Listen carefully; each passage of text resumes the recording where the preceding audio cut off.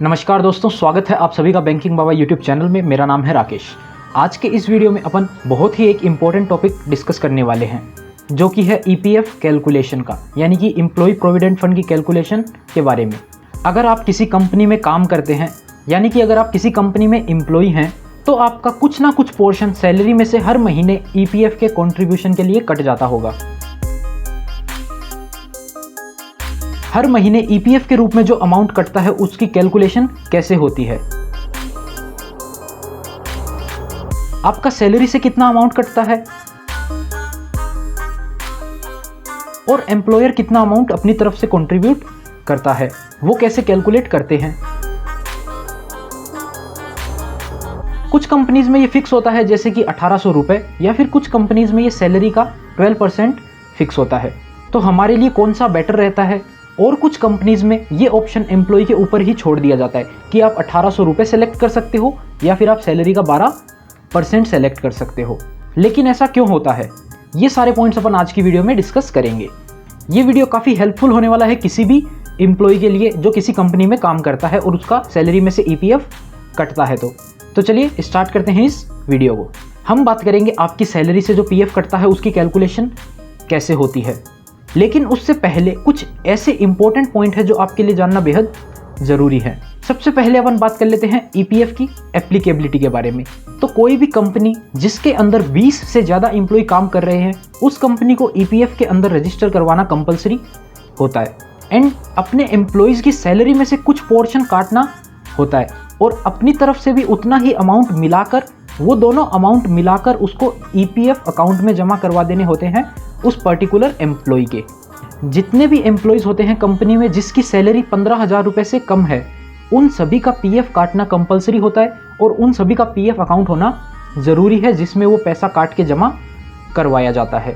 जो 15,000 से ज़्यादा की सैलरी के एम्प्लॉयज़ होते हैं उनके लिए कंपलसरी नहीं होता है, लेकिन काफ़ी कंपनीज़ जो ईपीएफ में रजिस्ट्रेशन करवा लेती है वो अपने एम्प्लॉयज़ को ये सुविधा दे देती है कि वो सैलरी में से ईपीएफ काटती है और अपनी तरफ से भी कंट्रीब्यूट करके पीएफ अकाउंट में जमा करवा देती है। क्योंकि इसके काफ़ी सारे शॉर्ट टर्म और लॉन्ग टर्म बेनिफिट होते हैं, इनकम टैक्स की तरफ से भी और अलग इन्वेस्टमेंट के रूप में भी काफ़ी बेनिफिट्स होते हैं। इसलिए ये कंपनीज ऐसी फैसिलिटी प्रोवाइड करवा देती है अपने सभी एम्प्लॉयज़ को। ईपीएफ की जो कैलकुलेशन होती है वो रेस्पेक्टिव एम्प्लॉय की सैलरी के ऊपर ही की जाती है, जो कि उसकी बेसिक सैलरी प्लस डीए होता है, उसके ऊपर ही ईपीएफ की कैलकुलेशन की जाती है। जनरली प्राइवेट कंपनीज में डीए नहीं होता है, तो उनकी कैलकुलेशन सिर्फ बेसिक सैलरी के ऊपर ही की जाती है।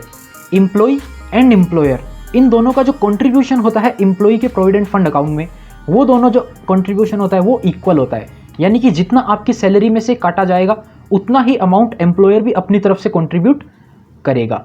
अब बात कर लेते हैं ईपीएफ कैलकुलेशन की। कितना पैसा एम्प्लॉय के द्वारा कंट्रीब्यूट किया जाएगा और कितना पैसा एम्प्लॉयर के द्वारा कंट्रीब्यूट किया जाएगा एम्प्लॉय प्रोविडेंट फंड अकाउंट में।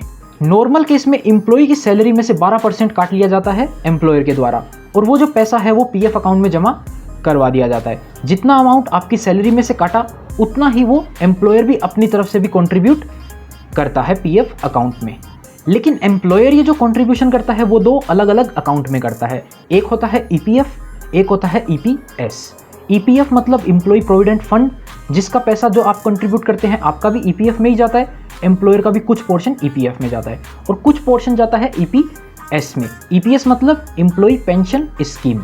इसके अंदर जो आपका 12% एम्प्लॉयर की तरफ का कंट्रीब्यूशन होता है वो 8.33% तो जाता है ईपीएस में और बाकी जो बच गया वो होता है 3.67%, वो चला जाता है ईपीएफ में। तो टोटल मिला के हो गया 12%। जितना आपकी सैलरी में से गया वो तो सारा जाएगा ईपीएफ में।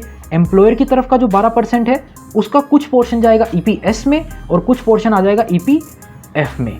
12% हो गया एम्प्लॉय का, 12% हो गया एम्प्लॉयर का, दोनों मिला के हो गए 24%।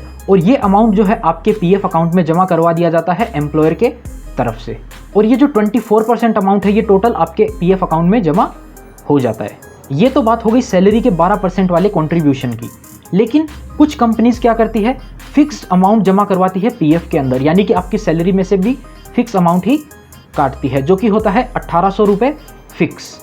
ये क्यों होता है फिक्स? इसमें क्या होता है, जैसा कि आपको बताया था ईपीएफ में कंट्रीब्यूशन करना किसके लिए कंपलसरी होता है, जिसकी सैलरी 15,000 रुपये तक हो या उससे भी कम हो। 15,000 से ज़्यादा वालों की सैलरी के लिए ईपीएफ में कंट्रीब्यूशन कंपलसरी नहीं होता है। लेकिन कुछ कंपनीज क्या करती है, अपने एम्प्लॉय को बेनिफिट देने के लिए ईपीएफ में कंट्रीब्यूशन कर देती है। आपकी सैलरी कितनी भी हो, वो अज्यूम कर लेते हैं आपकी सैलरी है 15,000 रुपये, उसके ऊपर 12% जो कि हो जाता है 1,800 रुपये, तो उतना वो कंट्रीब्यूट कर देते हैं अपनी तरफ से और आपके सैलरी में से भी 1,800 रुपये काट के कंट्रीब्यूट कर देते हैं। ये तो हो गया सिनारियो 1। अब बात कर लेते हैं दूसरे सिनारियो की। इसमें क्या होता है, कंपनीज अपने एम्प्लॉय को ऑफर दे देती है कि आप डिसाइड कर लीजिए आपको कितना पीएफ में कंट्रीब्यूट करना है। अगर आपकी सैलरी सपोज 50,000 रुपये है तो आप चाहें तो उसमें भी 12% का कंट्रीब्यूशन कर सकते हैं। 50,000 पे 12% का कंट्रीब्यूशन करेंगे तो वो हो जाएगा 6,000 रुपये। अब आपका जो कंट्रीब्यूशन हो गया एम्प्लॉय का, वो तो हो गया 6,000 रुपये। अब ज़रूरी नहीं है कि कंपनीज़ को भी 6,000 रुपये ही कंट्रीब्यूट करना पड़े। अब चाहे तो कंपनीज़ आपके जितना अमाउंट 6,000 रुपये भी कंट्रीब्यूट कर सकती है, लेकिन कुछ कंपनीज़ क्या करती है, वो 6,000 रुपये कंट्रीब्यूट नहीं करती है। वो करते हैं 15,000 का मैक्सिमम 12%, यानी कि वो 1,800 रुपये ही कंट्रीब्यूट करते हैं। अगर आप अपनी सैलरी में से 50,000 का भी 12% कंट्रीब्यूट कर रहे हैं, यानी कि अगर आप 6,000 भी कंट्रीब्यूट कर रहे हैं, तो ये भी आपका एक तरह से इन्वेस्टमेंट ही है। ऐसा नहीं समझिएगा कि ये पैसा आपके लिया जा रहा है, नहीं, वो आपके पीएफ अकाउंट में ही जमा हो रहा है, जो आपको ही फ्यूचर में काम आएगा। और जो कंपनी अपनी तरफ से कंट्रीब्यूट करेगी उसका, जैसा कि आपको ऑलरेडी बता दिया, ईपीएस में जाएगा 8.33% और बाकी का जो भी परसेंट बचता है 3.67, यानी 12 में से 8.33 तो चला जाएगा ईपीएस में और 3.67 चला जाएगा ईपीएफ के अंदर। दोस्तों, आई होप कि आपको ईपीएफ की कैलकुलेशन को लेकर जितने भी सवाल और डाउट्स होंगे आपके मन में, वो सब क्लियर हो गए होंगे। लेकिन ईपीएफ कैलकुलेशन से रिलेटेड अभी भी आपको कोई डाउट रहता है तो आप इस वीडियो के कमेंट सेक्शन में पूछ सकते हैं, मैं आपको रिप्लाई ज़रूर करूंगा। वीडियो अच्छी लगी हो तो प्लीज़ लाइक कर देना, अपने दोस्तों के साथ भी शेयर कर सकते हैं और चैनल को भी सब्सक्राइब कर सकते हैं। इस वीडियो में इतना ही, मिलते हैं आपसे अगले वीडियो में, तब तक के लिए गुड बाय।